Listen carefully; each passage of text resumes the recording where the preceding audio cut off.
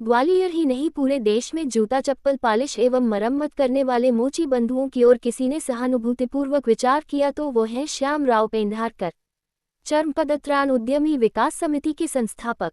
ग्वालियर में प्रारंभ ये संस्था अब इंदौर में प्रशिक्षण केंद्र संचालित कर रही है।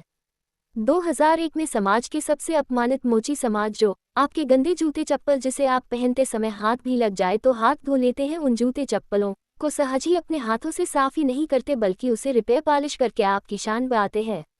दिन भर सड़क के किनारे धूप और धूल खाते हुए अपने परिवार का भरण पोषण करने के लिए मजबूरी में सब सहते हैं।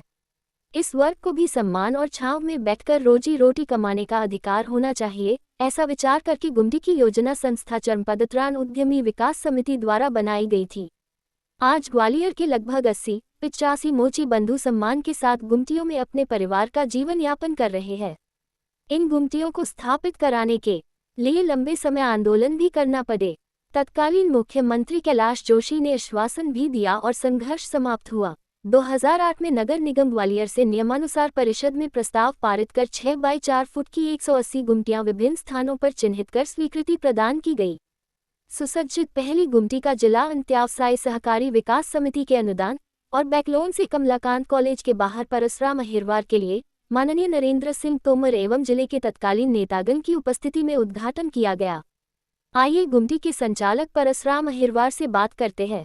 ऐसे ही दूसरे गुमटी संचालक हैं रमेश अहिरवार जो मात्र जूते वॉश करने के काम में रोजाना 2-3 हजार रुपए कमा रहे हैं और अपना परिवार चला रहे हैं। जी परशुराम जी, आप जो दुकान आपको जो मिली है कितने समय के बाद मिली और कैसा लग रहा है जो दुकान मिलने के बाद? ये सर समय तो बहुत कुछ लगा, बहुत कुछ मेहनत करना पड़ी।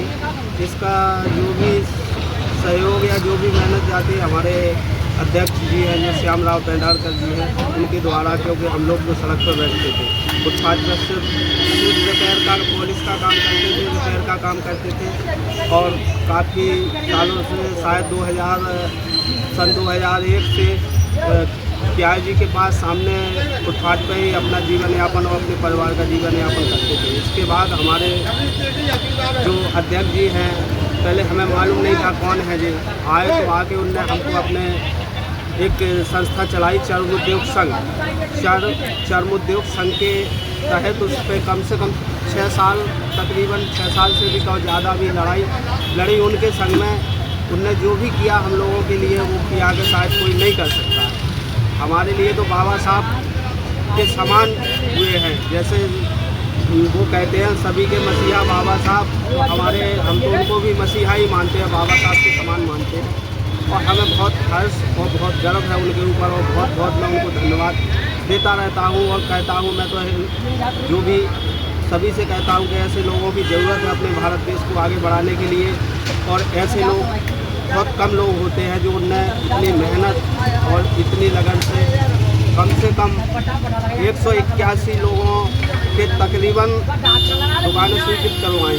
अब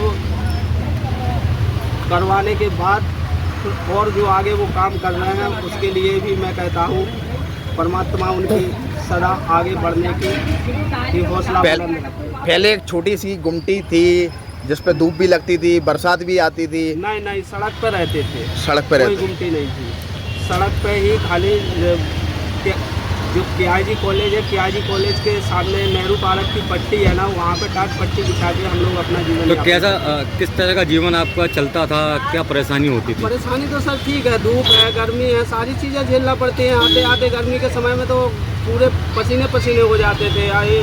कोई ग्राहक भी आया ऐसे पसीने में सारा दिन निकलता था। और अब आज किस तरीके की?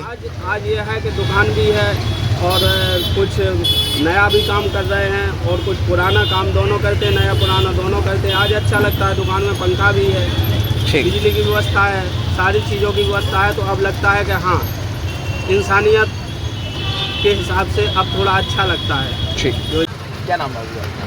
रमेश अहिरवार है। रमेश जी, कितने समय से आपको ये दुकान का फ़ायदा मिला है? मेरे को लगभग 15 साल हो गए। अच्छा। हाँ, पहले मैं बहुत संघर्ष जीवन था मेरा। मेरे श्याम पेंढारकर जी हैं, आज वर्तमान में इंदौर में हैं, उनके माध्यम से वो ये दुकान मिल गई है। सरकार को भी मेरे बहुत साथ दिया है, नगर निगम ने भी जगह दे दी है और अब तो बहुत अच्छा मेरा व्यतीत हो रहा है जीवन। मेरी फैमिली बहुत अच्छी चल रही है, यहाँ से बहुत अच्छा मेरे को लाभ मिल गया है। पहले की ज़िंदगी के वैसे आप ज़िंदगी अब किस अच्छी तरीके है, से? अब अच्छी है, पहले की वजह से अब अच्छी है और मेरे को भी अच्छा खासा ठीक है, बढ़िया चल रहा है, मेरी फैमिली अच्छी चल रही है। अच्छे से अपने काम- आपको यहाँ पे आने के लिए किसने उद्देश्य दिया आपको? मेरे को पेंडारकर जी ने दिया, श्याम पेंडारकर जी ने। उन्होंने ही मेरे को उकसाया कि नहीं आप मेरी समिति में आए, मैं आपको फ़ायदा दिलवाऊँगा। तो मैं उनके साथ रहा। आपको अपने हक का लाभ मिला है आज, क्या कहना चाहोगे? और मेरे को आपके मिलवाया, बहुत अच्छा लग रहा है मेरे को कि आप लोग मेरे यहाँ आए हुए हैं। आपके लिए मैं धन्यवाद देता हूँ। रवि